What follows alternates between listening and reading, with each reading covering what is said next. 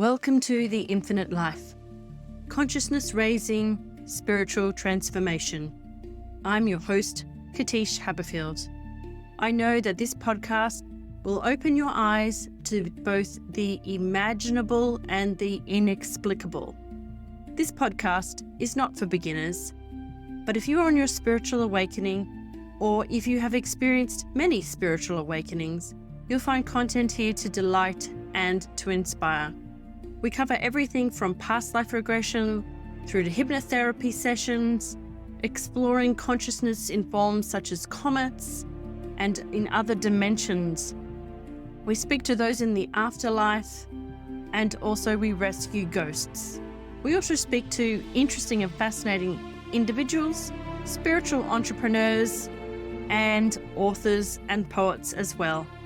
Thank you for joining me. I appreciate you supporting this indie podcast. Don't forget to follow us on Apple Podcasts and share with a friend. Thank you so much. Bless your heart. Bless your soul. Namaste.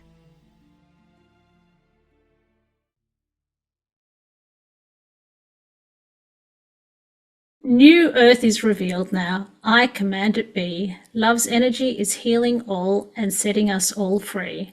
New earth is revealed now. Illusions fall away. Thank you, universe. It is done today. Welcome back to The Infinite Life with your host, me, Katish Haberfield. This week, I'm really honoured to have a fellow Aussie onto the podcast, Olivia de Sousa. Olivia, welcome to the podcast. Hello, Katish. Thank you for having me. Now, Olivia, before we get chatting, I just will read your bio so people know who you are. Mm-hmm.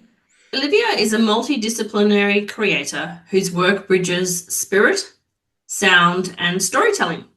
She's a musician, meditation teacher, and podcast producer, and now the author of The Ultimate Book of Word Spells, a modern guide to using language as a tool for transformation. Through her music, mantras, and mindful media, Olivia helps people reconnect with their creative power, reprogram limiting beliefs, and speak their lives into alignment with love, abundance, and higher guidance. When she's not recording or writing, you'll find her leading children's music sessions as Livy's Little Legends, hosting podcasts that amplify conscious voices, or creating guided meditations on Insight Timer. Her work invites people to remember the magic already alive in their words and the miracles waiting when we choose them intentionally.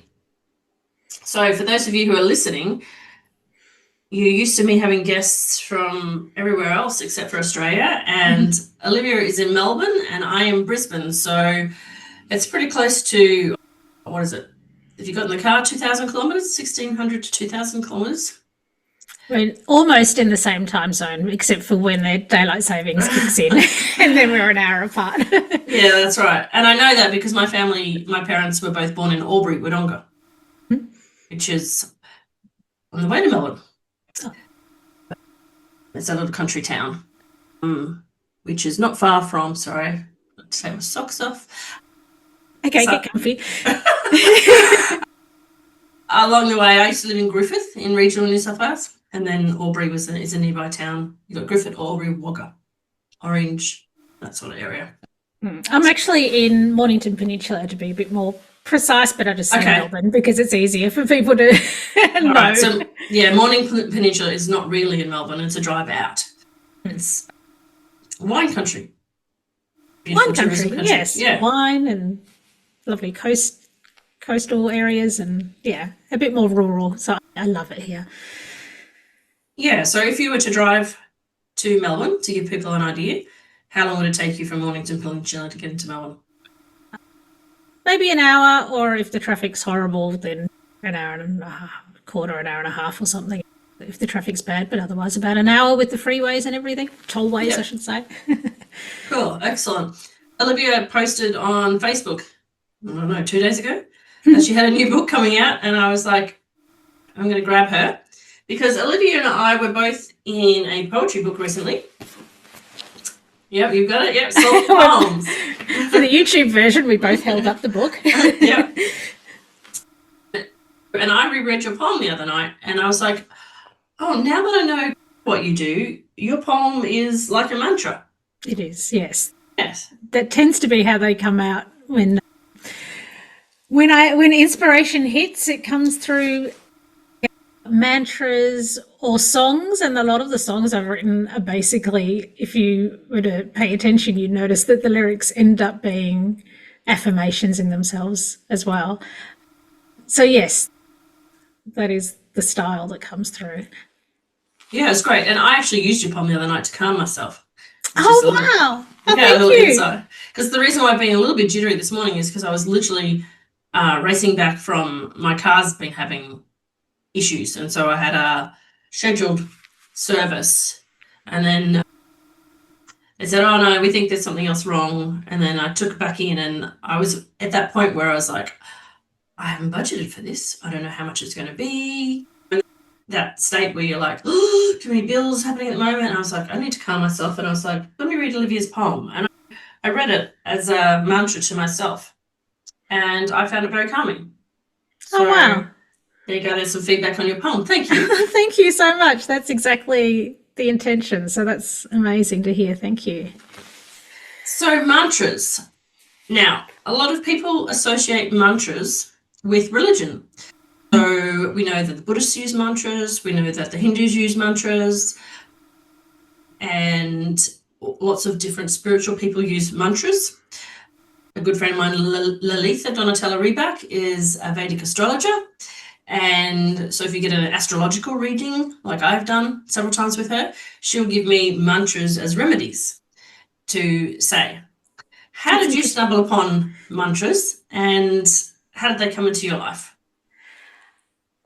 I guess probably a few years back, probably around the time that I used to be with Carly. Do you know Carly Marie? She was a business coach back in the day, a few years, quite a long time ago, I think, actually, because my son would have been, he's 11 now, he would have been a toddler. But there was a period back then when I was following her, and I was in this circle of people who were all into journaling every day.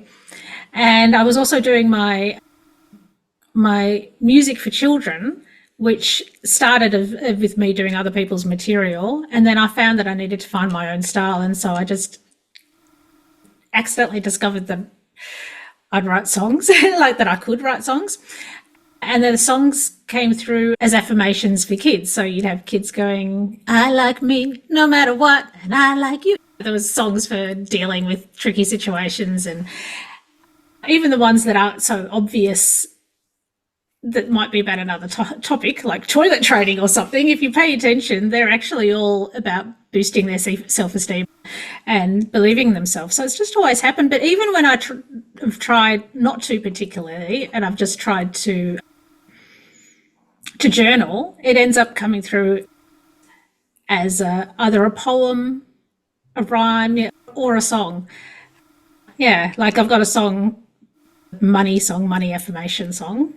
Money, and that just came through because I was just trying to find somebody else's mantra to do. Okay. And I accidentally wrote a song. But yeah, it just seems to be a pattern. I've just learned to embrace it and realize that we have our gifts and we're supposed to lean into what we are. In a way, I was like, I would have liked to just write some good copy so I could put it on Facebook and do something. And instead I wrote another poem, and I'm like, this is me. This is what I do, poems and songs. And that's actually why when Katie Carey, whose book we were both co-contributors to, that's why it jumped out when she said, if you were someone who finds that they write poems when they journal and this and that, this is for you. And I went, oh, there's a group of us, there's others like me. I found, yeah, and obviously there's you. And I've recently found, by doing this and sharing online my journey and just deciding to put this as a book, I've noticed someone else who I've never seen write a poem, publish a poem online. So I think when we step up and start sharing the things that were just started out privately, our downloads or whatever you like to call them, then that gives other people permission to do the same. Absolutely. Yeah, I didn't think anything of it until I started noticing that they were coming through, and they come through in intense batches and then they stop. I haven't written a poem for a while, but when they're ready. Tell me what made you think, I've got so much here that I'm going to write a book about it. What was happening in the background for you with It was your life? it's fairly recent, and I just got an inspired idea and ran with it. Yeah. I'm not overthinking this. I don't know if it was because we'd both been in the Soulful Poems book. Maybe that let me know it was possible.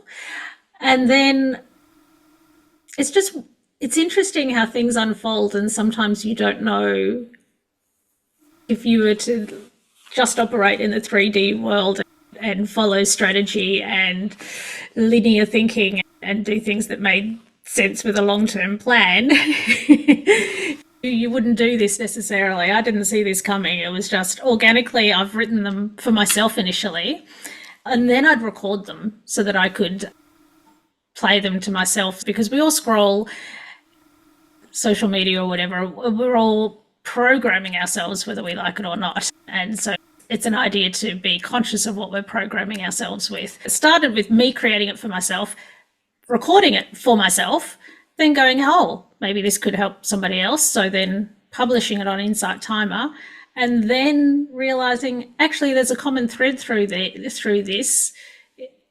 And you can put poems in books after all, because I wasn't sure that poems were a thing that anyone necessarily would pick up and buy, but I realized, oh, they are like channeled downloads, and they are something that helps reprogram my mind, and there's value in it. I could actually put this together as a transformational toolkit. And that's it. I didn't overthink it. Once I had that idea, I ran with it. I was a bit obsessed until I got it done. Yeah, wow, because like that was my problem with my ghost books that I was telling you before we got on the recording here, that I have just turned 3 seasons into existence because I could not get past my logical and rational mind to create a book that I was happy enough with to send to a publisher. So that book has been in the works for 5 years. And you were telling me that you just created this like post Soulful Poems? Or yes. Post Soulful Poems. And I don't think I would have if I had to plan it. Yeah. If I thought I'm going to write a book, and I've heard of people writing a book and it's like this long slog and it's hard and all of this sort of stuff, and it changes them because of the dedication they've had to have and the whole process. And I think the reason I was able to do it is because it was already written before I realized it could be a book. Yeah. So all I had to do really is add in explanations of the story behind it, and then some suggestions about how people could actually use and implement them. And then it's got the QR codes in there and links as well for if they want to click and listen to the mantra on Insight Timer. So it's like a whole toolkit. Wow, that's great. And how have you categorized it? Is this book for adults, for teenagers, for children? Where do you fit, or for everyone? It's for everyone, really. It's, I wrote it for myself and then realised other people could use it. So there's no age limit. I don't particularly tackle things that are specific to kids, even though I do kids' music and tackle that separately through songs. So I probably was thinking more adults. It is categorised. I'm just grabbing the book now. And there's sections. So I did categorise them into sections. There's alignment and guidance, abundance and wealth, self-worth and healing, family and health, and collective and new earth, because like in the last couple of years I've woken up to a lot of the not so nice things that happen around on this planet and the suffering, and so that inspired some mantras and prayers to dedicate to the world, because I think together we are rising and we want to affirm and create that new earth, that new world, the new way of being that is more united and peaceful. Yeah. And I have always spoken to friends and family and my clients about the fact that you have to be really conscious of what you speak out, what your words are, and then also what you listen to in your music, because we can listen to a singer who might sing songs that are about distress and hatred and feeling bad and romance breaking up. If we love those songs and we listen to them over and over again, we're programming that into our brain without realizing it.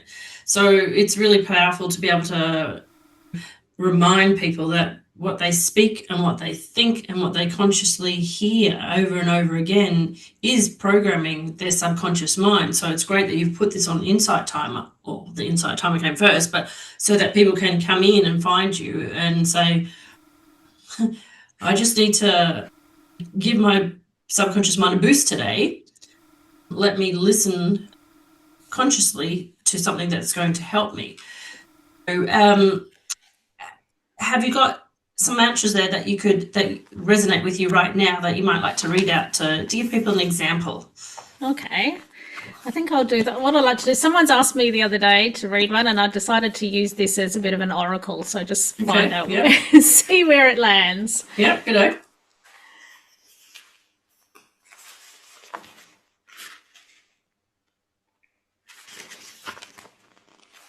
Okay. Oh, excuse me a moment. Let me put my glasses on. Yes.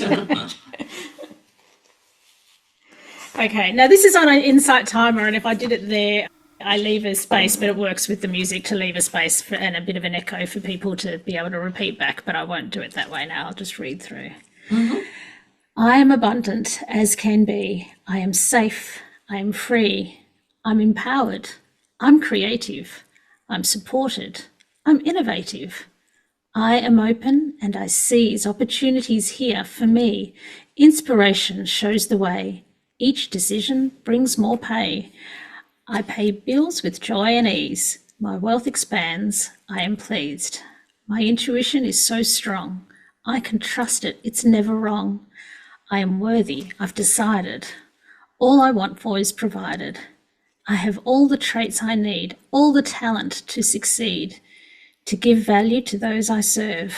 I'm paid well, as I deserve. I surrender. I let go. I trust the process, and my wealth grows. It's my role to bring light, to receive. It is right. As a light worker, I am supported. So that I am resourced, I am rewarded. Wealth is for all, not just a few. This is what we're bringing through. There is no limit, no scarcity. We all can win. It is meant to be. Our paradigm is wealth for all. No fearful clinging, no playing small. I am grounded to earth, to Gaia. My abundance, it grows higher. I've resources of every kind. Unrestricted, the power is mine.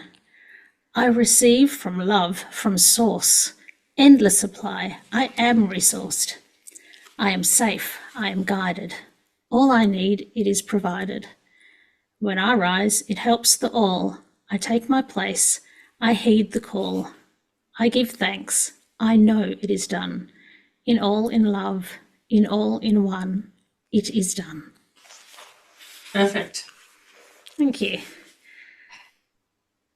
And one of the things I just wanted to say for the people who have been long-term listeners of the podcast is that I went on to, and just let me finish this, don't take this personally. It's a preface. I became a clinical hypnotherapist and a past life regression therapist because I tried affirmations. Mm-hmm. Nothing in my world changed, right? Yep. I could not get my outside world to change.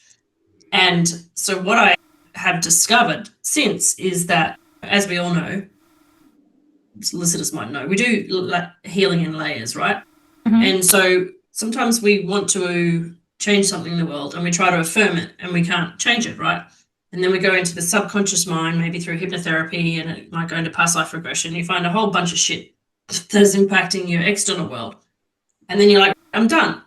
And then you're like, oh, actually, no, I just actually have to let some time for that to integrate. Mm-hmm. And what I've learnt is that what I use essential oils to embody and integrate things, but then also that's where mantras I have found to be the most powerful thing, because then you're using your conscious mind to basically say, you've done the work here and here, and now that I have healed that and cleared that, I am,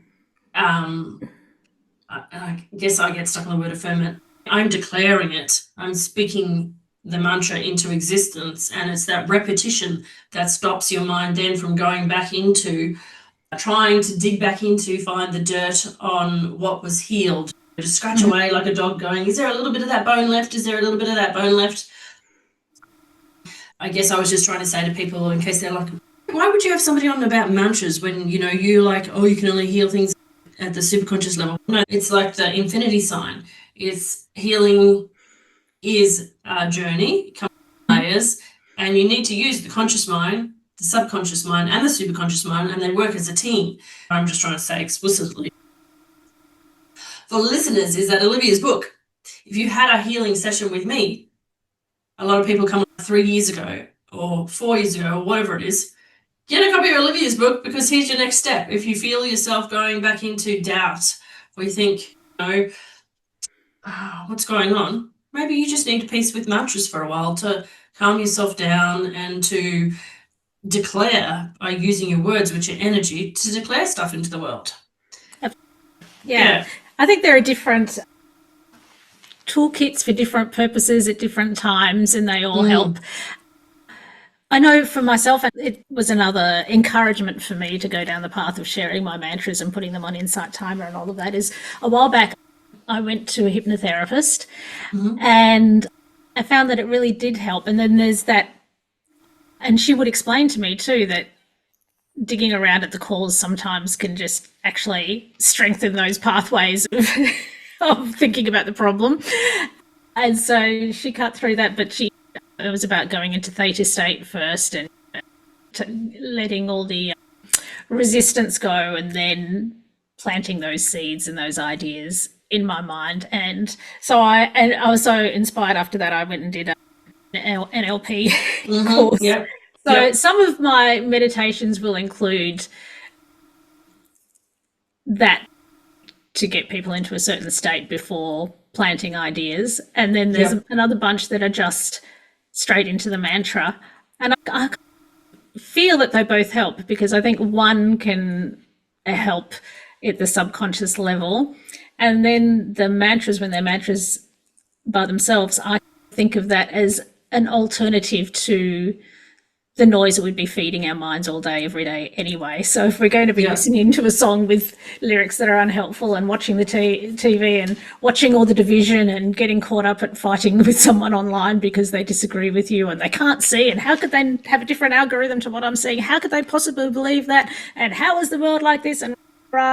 And these, what I'm creating, my intention with it is that it's an alternative to feed your mind with the world that you want to create, your own reality, your own world, and your contribution to the world that we're all trying to make together. Yeah, absolutely. I know that Dr. Wayne Dyer, a long time before he crossed over, he did write children's books with the same intention to get children to think positively and to speak into the world great things about themselves. You never know, you might actually do that next book as a children's version, so that the little kiddies can practice that. Because I know I was speaking to my own little niece the other day, and she said to me that she liked a particular artist, and she goes, oh, but I don't listen to the words, I promise, I just like the music. And I was like, okay, not how it works. You'll figure it out eventually. There's certain kind of music that the words are just like, yeah, I probably shouldn't listen to that. But yeah, so yeah, if I can give you some little encouragement there. The teeny boppers of the world, the 10 to 12 to 13-year-olds, are really influenced by the kind of music that possibly they shouldn't be listening to so young. And here we go. You can provide them with the alternative. I'm trying to do that, and also basically honouring what they've already got. We learn from kids. Kids are so open, and I think kids teach us, but I just want to do what I can to affirm to them that I admire kids. I admire that they don't have any rules yet. They're not boxed in. They can be a princess on a Wednesday and they don't need an excuse. And they can look at something and have a clean slate and have beautiful ideas. Yeah, but yeah, absolutely. And I'm curious if you wouldn't mind to read us one about the new earth / higher consciousness raising. Okay, let's have a look.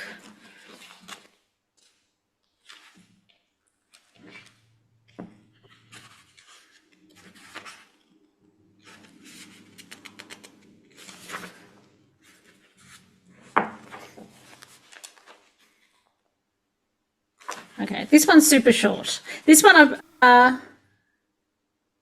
no, I haven't recorded it, but this is where I've opened it, so I'll just go with it. Mm-hmm.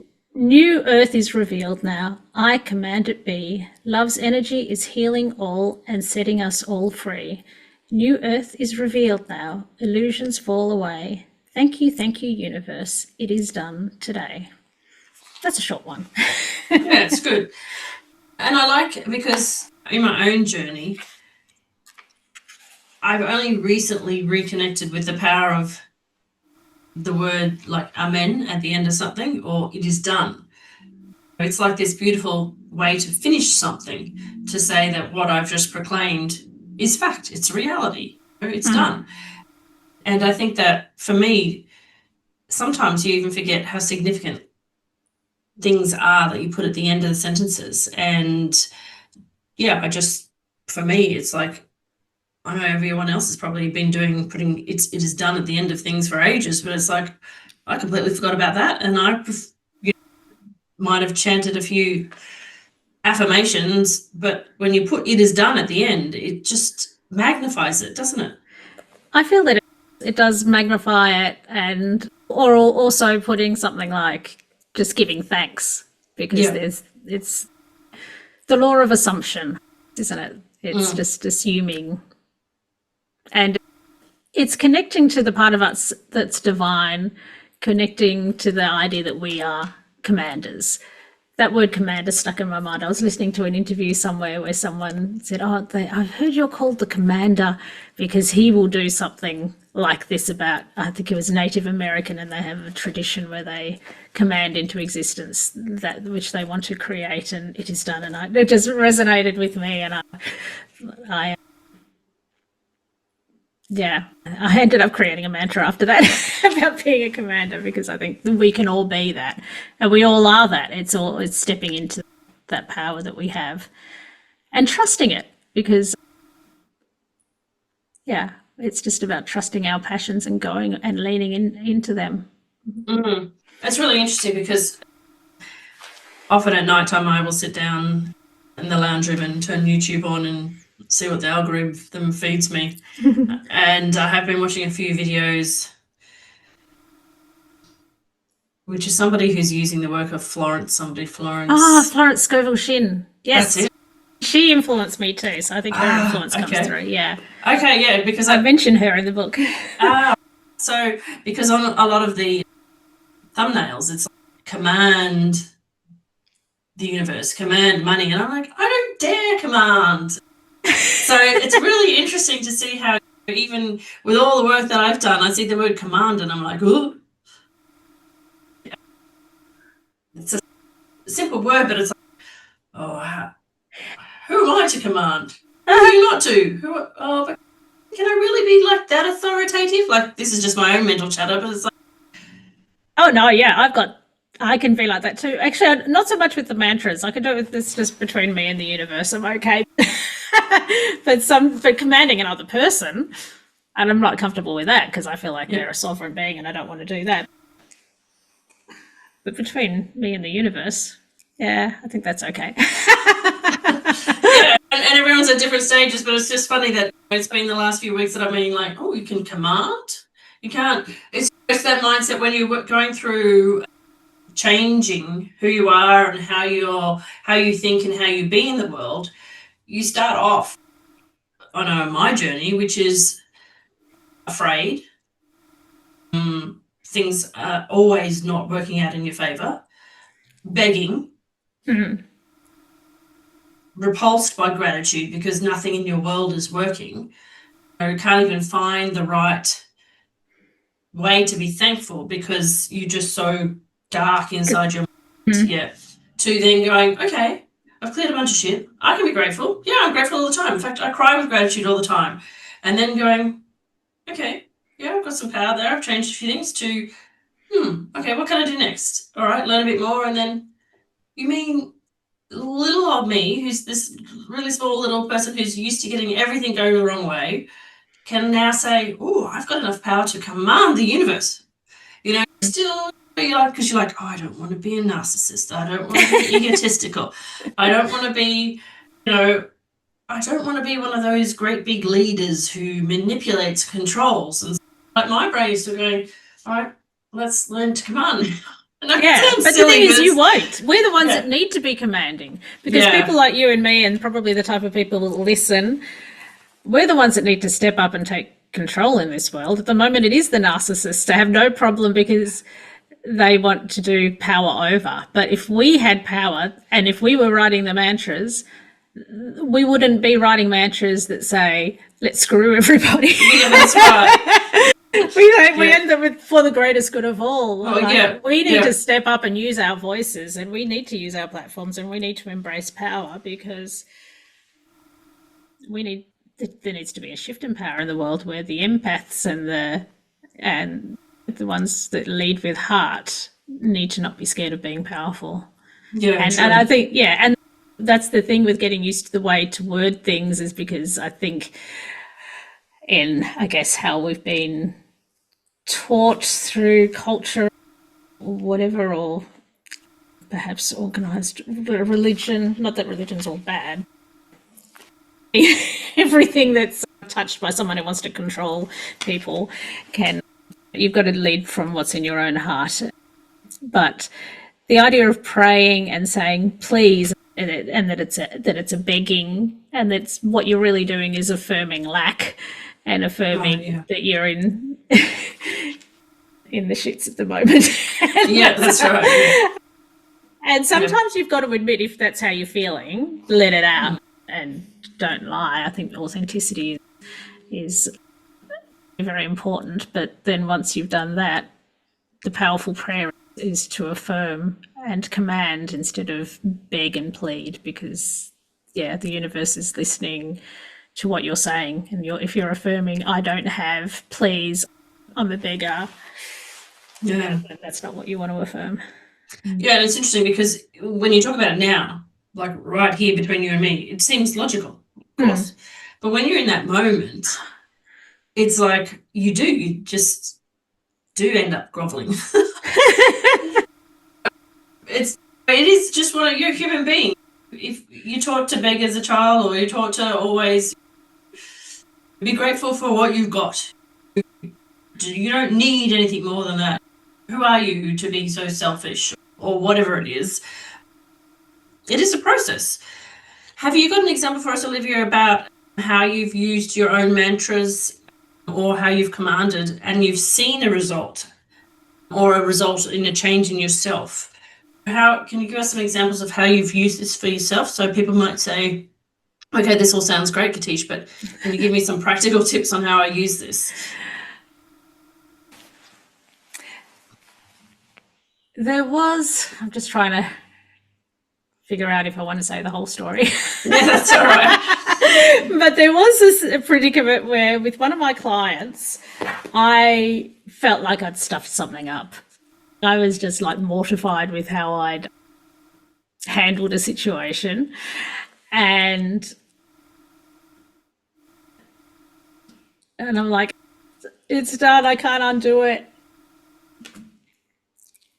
And I'd watched YouTube, watched a video of someone who channels Sarai. I think her name's Karen Bell, I think. and she channels someone calling Sarai, and Sarai talked about being in the energy of an alignment with resolution, and she also talks about distancing and looking from a distance and that kind of thing. But she also said, notice we're not talking about what the solution is or how to fix the problem, but just to align with the energy of resolution. You don't need to know the details, just resolution. And so I put on some music, some sort of like theta music or something, and I had my frame drum and I banged it, and I had this mantra that I used, and I'll see if I can find it. And this is when you don't know what mantra to use, this is like my go-to. Probably don't need to find it. I'll probably just remember it. But I just said it over and over. I think I'll just say it from memory. Hopefully I'll remember the whole thing. Just, I command a resolution. I command it be a miracle of great delight for all involved to see. I command a resolution. Love will show the how. Thank you, universe. It is granted now. And I just say that over and over again. Mm-hmm. And by the end of it, I felt calm, and I just got my journal out, and I just knew what I would say to her in an email, and I just wrote it down straight away, and then I sent her an email, and that was done. And then there was some sort of business networking thing a few days later where I saw her, and she just came up to me and said, oh, that email was so beautiful, and she gave me a big hug, and the issue was resolved and it was fine. And that just shifted me out of it. And that whole thing of I command a resolution, I command it be a miracle of great delight for all involved to see. I might have put her name in it initially, but this is made it more generic. But I just did that and it worked, and I've used that. It's my go-to. If something happens and I don't know necessarily what the solution is, that's my go-to mantra. Perfect. And I can see how that works completely. I can see how I could use that myself. Coaches and people in any position where you're working with clients, you're not perfect, and we all have feelings of that wasn't right, or you're human beings. So that's a great example of how all of us can use that in that moment. And yeah, when you change the way you feel about something, the energy between you and the other person changes as well. So that's really great. That's a great example. And I think that's the kind of shift. Yeah, like it's the shift inside you that happens. And then from that place, you can handle life better. Yeah, so exactly. It's not necessarily that you do a mantra and then there's $1 million check in the mail. No. But you might shift your state and you go, you know what, I'm inspired to do this. What the heck, I'm going to go for it. And it opens opportunities. Or and I use ones for meetings, like when I've been I've had some sort of Zoom meeting scheduled, and I'm like, do I know every single thing I have to know about this before it? And I've written ones to use ahead of that, just to be like, this is it. I know enough. I know all our guides are here. This will all work out for the greatest good of all. Just to shift you into that, out of the spiral and into your core beliefs that are underneath it all. Because this is for people who would be like you and me and open to this kind of thing, and who underneath it, they might have shame spirals and stress spirals and fear and all of this stuff that we're all working through. But underneath it, I think this book is for people who know that there's a power underneath that and there's something greater in it. So we're willing to tap into that message of what they do believe truly underneath it all. Yeah, perfect. That's a perfect explanation. It's great. It's great. I think it's fantastic. And as I said, I've just used your poem to change a state when I needed it. Yes, if you don't have a copy, go and get Soulful Poems and go and hold your book out one more time. And can you say the title out loud for those who are just listening, please? It is The Ultimate Book of Word Spells, 21 Days to Miracles, Abundance and Higher Guidance. Okay, and that's going to be on Amazon, is that right? You can pre-order the ebook already now, and then it will land in your Kindle or whatever on the 20th of November, and the paperback will also be available from that date as well. Just in time for Christmas, but I don't know when this is coming out as podcast. Yeah, that's all right. That's all right. November 20 works for me. I'll have a look at my schedule and see if I can launch this on November 20. That'll be fun. All right, Olivia, is there anything else that you'd like to leave as a last thought to the people who are listening or watching out there? Thank you for sticking with us today and sharing the journey. And I just invite whoever's listening to trust your own intuition and inner guidance. And if part of that happens to involve this book of word spells or the soulful poems, then that would be wonderful. But just follow me up on Insight Timer, Olivia de Sousa. And on Instagram, I've just set up it's fairly new, my Instagram for this kind of stuff, which is Livy Meditations. And Livy is spelled Livvi, and that is spelt that way because it was decided when I started doing kids' music that I'd do it under Livy, and I do it all with eyes so I can put hearts above all the eyes. So that helps you to remember how to spell it. Lovely. All right. And so if you're listening to this, if you click on Olivia's name in the episode description, that will take you directly to her website. So that will be the best way for you to get a copy of the book and to see all of social media and to connect with her if you'd like to connect with her. I know some people listening have their own podcast, so we'd like to wish you all the very best of luck for your... I should reframe that, for your book launch on November 20th. Let's just proclaim it and command that it will be successful. I have written my own mantra, but that's just for myself. That's good. Thank you once again for your time today. It was really beautiful to connect, and I look forward to reading your book. Thank you so much. Thanks, Katish. Namaste.